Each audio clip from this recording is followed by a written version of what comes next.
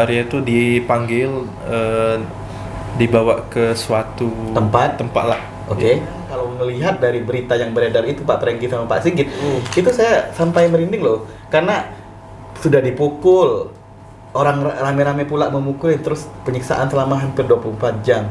Kemudian sempat diikat juga ya? Iya. Kemudian nauzubillah min dzalik, saya mendengar kabar katanya kamu ditelanjangin juga. Iya, betul. Wow. Assalamualaikum warahmatullahi wabarakatuh. Hai sahabat semuanya, ana Upik, sahabat kamu. Huzil hikmata laukana kharaja min duburid dajaja. Ambillah hikmah walaupun keluar dari dubur ayam. Segala sesuatu tentang kehidupan ini hitam dan putih. Jatuh bangun dalam berkehidupan lalu bangkit kembali menuju sukses serta pengalaman spiritual seseorang membuat kita makin bijak dan makin dewasa. Semuanya akan dikupas secara ringan dan santuy di Upik Sahabat Kamu, tentunya di channel YouTube Ufik Reza TV. Assalamualaikum warahmatullahi wabarakatuh. Apa kabar sahabat semuanya? Masih bersama saya Ufik Reza, tentunya dalam acara kita Upik Sahabat Kamu.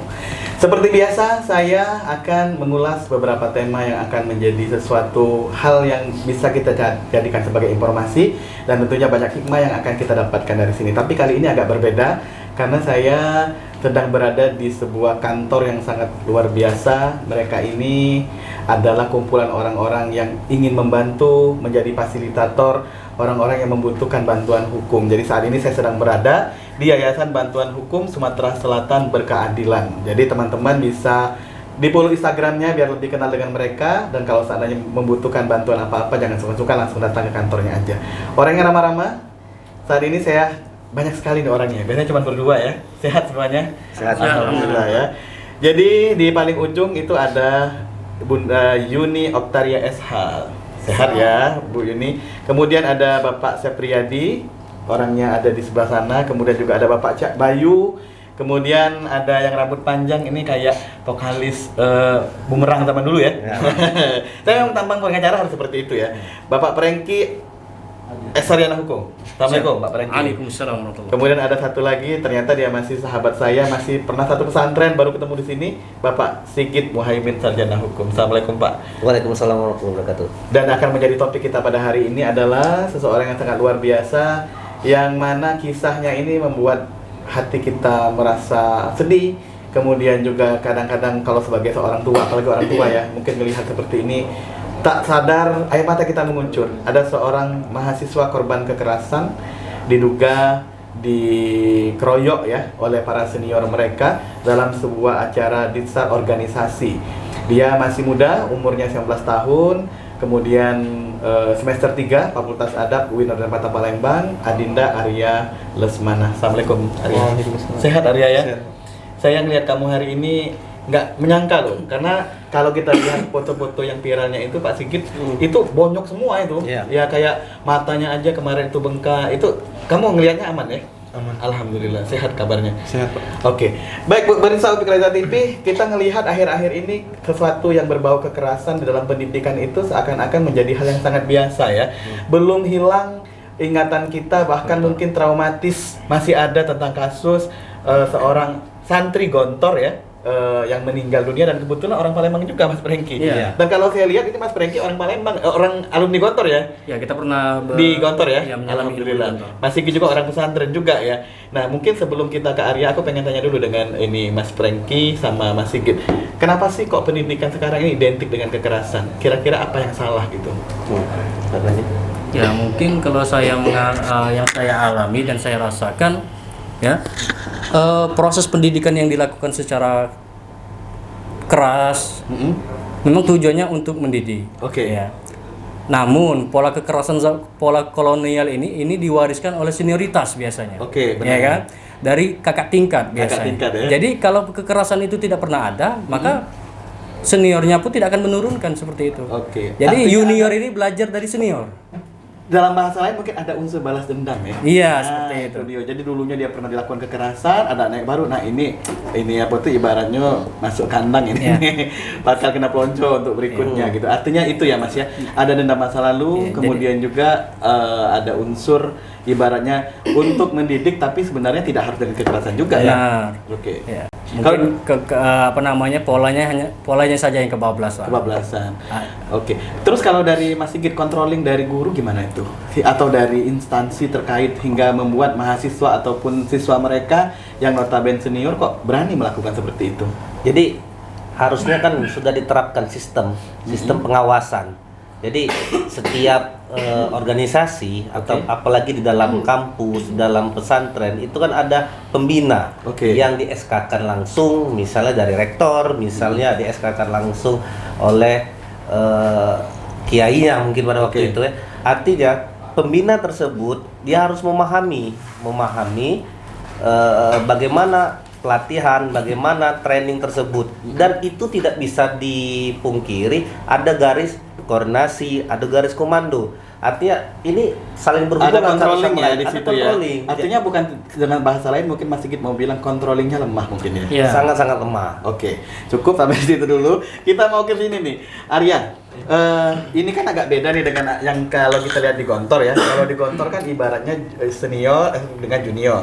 Kalau yang terjadi dengan Arya ini beda. Dia kan panitia. Iya. Benar nggak Mas? Benar. Arya? Itu ada SK panitianya ya? Ada. Panitia artinya orang yang bertanggung jawab dalam kegiatan tersebut. Kok malah dipelonco, itu gimana ceritanya,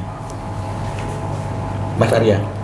Awal kronologi. Iya, kronologinya. Awal kronologi itu langsung saja dari Arya kan dipindah sebagai imam dan khotib itu kan bertepatan pada hari Jumat. Iya.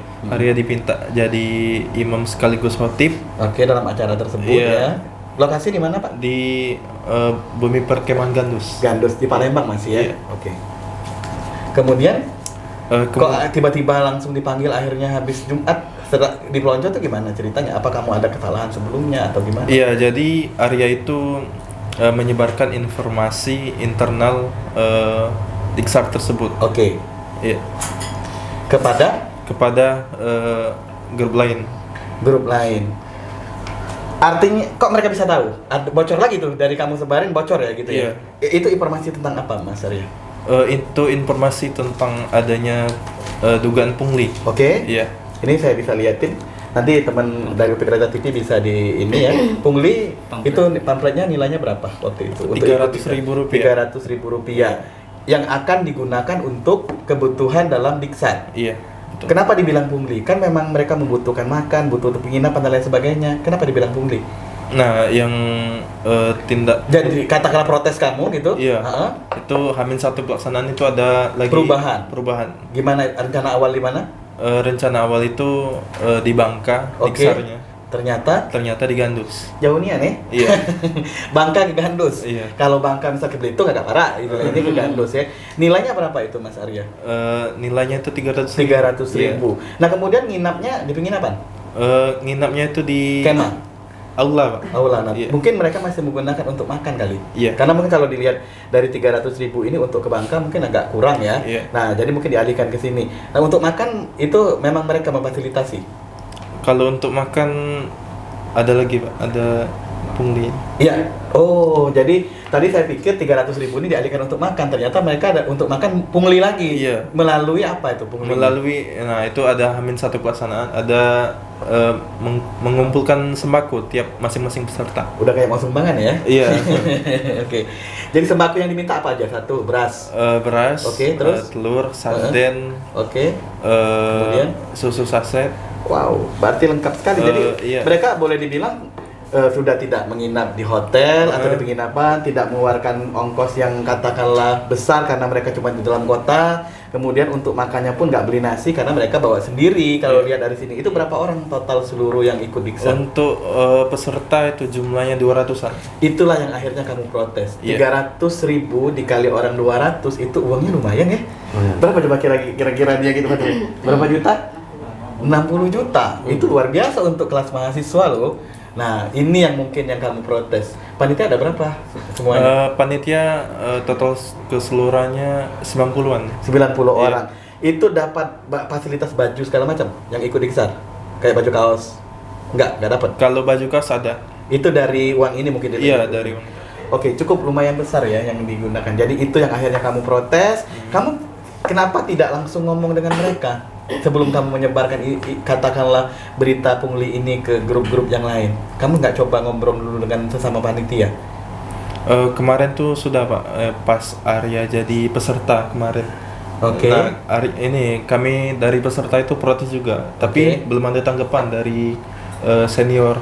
Oke, berarti kamu ini adalah salah satu orang yang pernah ikut di beberapa tahun sebelumnya, yang kamu sudah menyampaikan kalau seandainya seperti ini kayak gini dengan temuan itu ternyata begitu diadakan lagi kamu jadi panitia melakukan hal yang sama lagi. Jadi kamu akhirnya bingung mau ngomong kemana gitu. Yang panitianya orang-orang itu saja juga. Panitianya masih mereka itu juga. Tahun waktu Arya dengan tahun sekarang ini apa beda orang? Beda orang. Saya menduga tersistem jadinya Pak ya kayaknya. Jadi akhirnya tiap tahun ngadain seperti ini, modelnya seperti ini. Pembohongan publik untuk katakanlah menarik orang biar ikut, dibikinlah ke Belitung segala macam. Ternyata H-1 pindah tempat. Seperti itu ya. Ada dugaan seperti itu, tapi itu ranah kepolisian ya. Oke. Baik, Mas Arya. Kemudian mereka tahu itu langsung kamu dipanggil habis dari sholat Jumat itu? Iya, langsung dipanggil. Arya itu dipanggil, dibawa ke suatu tempat lah. Oke. Terus mereka mau HP Arya, mau ngecek apakah betul Arya ini yang menyebarkan informasi tersebut ke publik. Iya. Ternyata memang benar. Arya akui. Arya salah.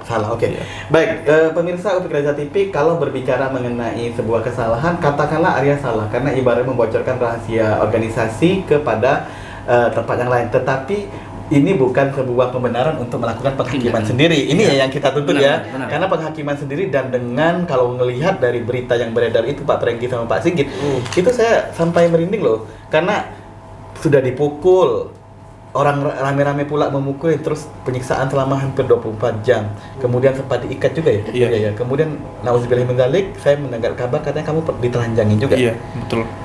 Wow, luar biasa ya. Ini kayak mereka sudah punya negara ini sendiri ya. Nauzubillah min dzalik. Dan ini pihak terkait terutama dari rektorat, kemudian juga dari kepolisian karena kita sudah mengadu karena di sini sudah di tangan saya. Dari teman-teman dari kuasa hukum dan Arya sendiri ini sudah melaporkan kasus ini ke Polda ya, Polda Sumatera Selatan dengan nomor STTLP strip 608 strip X strip 2022 SPKT Polda Sumatera Selatan.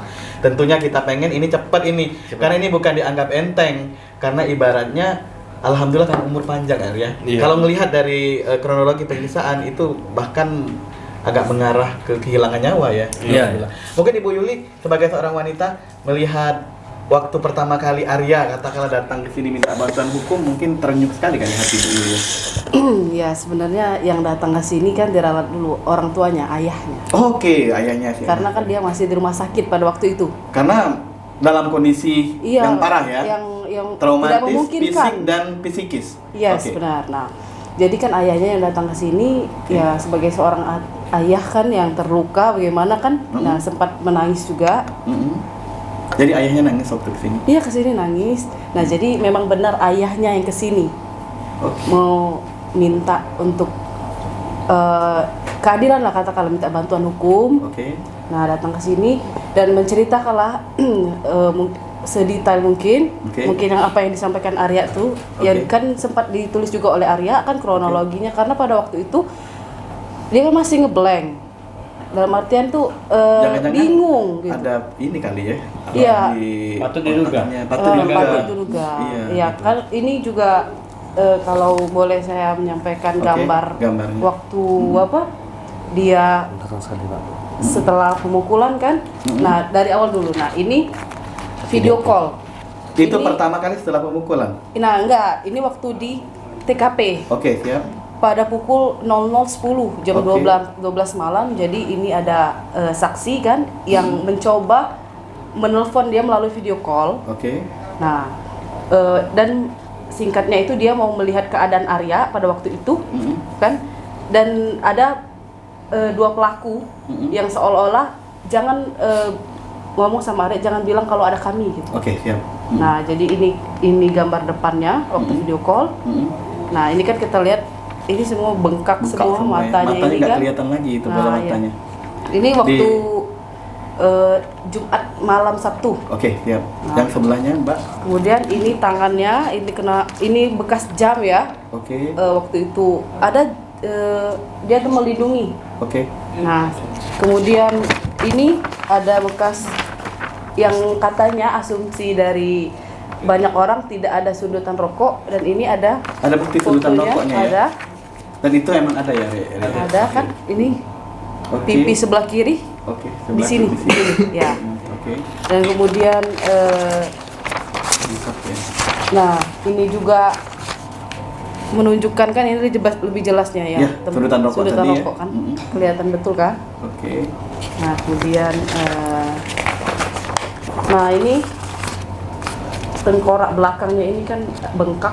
Astaga. Karena dia sempat juga kebentur atau dipukul? Kelempar, ya pas dipukul di bagian wajah itu dia tuh langsung kedorong ke belakang. Ini kan sangat bahaya sekali. Bahaya itu karena otak kecil otak ya. Ini kan. Takutnya nanti malah juga otak ya kalau kemudian ini tangan juga dipukulin kan. Lebam-lebam dan lebam gitu kan. Tangan juga, kemudian nah ini mata sebelah kiri atau kanan ini kayak disebat gitu pakai satang. Tapi kena di sini kornea ini. Korneanya kena itu. Yang mana itu ya? Bisa. Oke, siap. Nah, ini Bu Yuli dan teman-teman serta Arya, sampai saat ini yang sudah kita lakukan sudah sejauh mana? Pasal yang kita tuntut pasal berapa untuk kita laporin ke ini Polda tadi? Terima kasih pada Ustaz Upik. Yang pertama, kami apresiasi juga dari pihak unit Jatan Ras, unit 1 Polda Sumatera Selatan. Hari Minggu sebelumnya itu sudah olah TKP. Dan ketika olah TKP masih dapat kami BB talinya. Ada barang buktinya? Masih barang bukti tali ketika mengikat Arya. Kami dapat juga kayu satangnya yang tadi kena dan di situ Arya baru ingat ketika di WC diduga diambil air kloset dikasih minum untuk Arya. Di situ Arya baru ingat karena sangat secara psikologi memang kena banget itu psikologi. Nah, hari ini yang kita laporkan itu 170 KUHP itu pengeroyokan secara bersama-sama. Nah, jadi proses ini kan sudah dilalui oleh korban tadi dari habis Jumat sampai subuh. Sampai 3 itu per episode.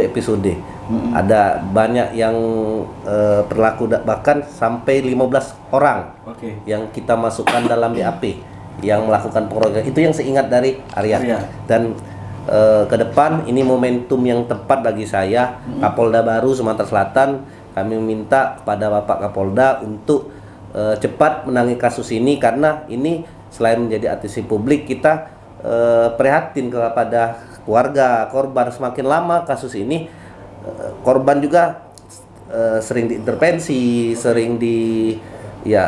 memang diajak komunikasi oleh pihak rektorat, tapi kan beda antara dekan misalnya yang nelpon Arya, kan beda secara mahasiswa ditelepon dekan langsung kan. Iya, benar. Mungkin itu yang ini masih protokoler kayaknya ya. Iya, yang selanjutnya kami juga selain pidana murni umum, kami sudah beraudiensi dengan 2 lembaga, itu Ombudsman, karena kami anggap ini adalah UKM, UKMK, artinya unit kerja mahasiswa khusus, artinya ini internal kampus. Internal kampus bukan organisasi ekstra kampus, Pak. Ini organisasi internal kampus yang harusnya itu ada monitoring, ada pengawasan, ada tanggung jawab dari pihak rektorat. Jangan sampai seolah-olah rektor saling lempar, karena ini ada tanggung jawab kampus seperti itu. Dan kami juga meminta kepada Ombudsman bagaimana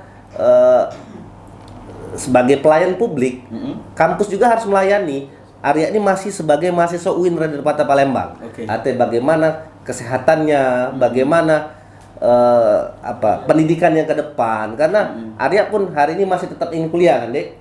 Masih pengen tetap beraktivitas. Namun kalau tidak ada garansi dari kampus, bagaimana dia ingin tetap berpendidikan di UIN Radenpata Palembang? Jalan tiba-tiba ada. Nah, kita nggak tahu sendiri kan ya. Yang kedua, kita minta selain visum nanti dari Polda, kita minta kepada rektorat khususnya bagaimana medical check up kembali posisi Arya ini, karena sampai sekarang telinganya masih kurang pendengaran karena pernah efek pukulan dan sebagainya. Tolong posisikan Arya ini sebagai anak dari UIN Radipata Palembang, bukan jadi ancaman.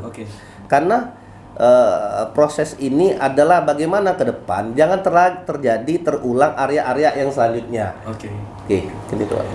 Masya Allah, jadi luar biasa kali perjuangan teman-teman ya sejauh ini. Dan kalau boleh closing statement dari dari kuasa hukum ya, harapannya untuk para terlibat tadi kan sudah disampaikan.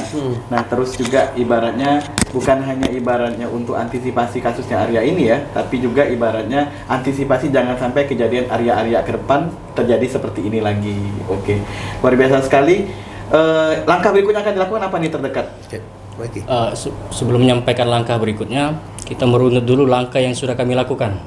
Upaya hukum yang sudah kita tempuh. Ya, seperti yang diketahui bahwasanya kita sudah membuat laporan ke Polda Sumatera Selatan dan juga kami sudah menyurati Kapolda Sumatera Selatan mengharapkan ada atensi dan juga memohon adanya keadilan yang tercipta di sini secara sesegera mungkin. Kemudian dari Yayasan Bantuan Hukum Sumatera Selatan Berkeadilan ini kami juga sudah menyurati Kapolri ya, sebagai Kepala Kepolisian Republik Indonesia sudah kita kirim surat. Kemudian kami juga sudah menyurati Komnas HAM dan juga sudah ada tanggapan dari Komnas HAM. Tinggal kami melengkapi saja pemberkasannya.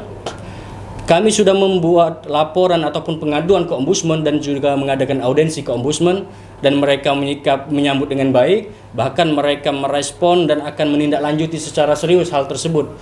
Dan akan melaporkan ke Ombudsman Pusat dan akan mengatensi ke Kemendagri, ke Kementerian Agama seperti itu. Terakhir kami diundang pihak Komisi 5 DPRD Provinsi Sumatera Selatan ya, kemarin kami sudah beraudensi di sana. Arya menyampaikan cerita yang sebenarnya, juga kami sudah menyampaikan hal-hal yang upaya-upaya hukum yang sudah kami sampaikan, dan mereka sesegera mungkin akan memanggil pihak rektorat seperti itu, karena ini sudah diduga kuat buktinya untuk memanggil pihak rektor. Kami juga sudah menyampaikan surat audensi, Pak, ke pihak rektorat. Tanggapannya? Dan tanggapannya mereka akan mengabulkan audensi ini, mereka menerima audensi kami dengan catatan. Nah, dengan catatan ini yang agak ambigu kami. Dengan catatan Arya harus berbicara empat mata dulu ke rektor. Seperti yang disampaikan Pak Sigit tadi, ini kan anak sekelas semester 3 menghadap pribadi ke rektor, seorang profesor. Ungkapan dengan catatan tadi itu tertulis atau ada tertulis ya? Tertulis dan sudah kita sampaikan ke Komisi 5. Ini ada intimidasi nggak sih bahasa ini? Sikol lagi. Yang nimba. Jadi begini, lucu ini. Ya. Jadi ibaratnya kalau saya ya, kalau misalnya menjadi rektorat, kenapa dia tidak langsung menemui Arya? Langsung seharusnya ya, karena kan ibaratnya posisinya bukan hanya belajar tapi dididik, dan ini adalah anak yang dititipkan. Kalau bahasa anak yang dititipkan artinya Arya adalah anaknya Bu Rektorat kan? Benar. Atau rektorat yang terkait kan, artinya seperti itu. Anaknya kena pukul, sama-sama anaknya juga yang lagi berkelahi ya, dinaungi semua seharusnya. Dinaungi semua dua-duanya ya gitu. Ini yang mungkin tidak terasa ya di Arya dan juga di teman-teman kuasa hukum. Betul, itu yang tidak kami rasakan. Kalaupun memang etikatnya sangat baik, ya contohlah seperti Komisi 5. Ketika dia pihak DPRD Provinsi Sumatera Selatan Komisi 5 menghubungi Arya, mengharapkan Arya untuk hadir undangan ke DPRD. Arya mengkonfirmasi ke pengacara. Akhirnya DPRD mengkonfirmasi ke pengacara. Sedangkan pihak rektor disuruh konfirmasi ke pengacara, sampai detik ini pihak rektorat tidak ada konfirmasi ke pengacara. Lagi-lagi di belakang layar menghubungi Arya dan keluarga. Itu yang sangat kami sayangkan. Yang menghubunginya suruhan dari beliau atau langsung dari rektorat? Dari pihak kampus lah intinya. Pihak kampus ya, Artinya ada upaya mereka tapi tidak mau melalui ketemu dengan kuasa hukum ya, tapi melalui personal Mas Arya. Ya, mungkin kami dianggapnya belum strata sama dia seperti itu. Mungkin ya saat ini ya. Mungkin.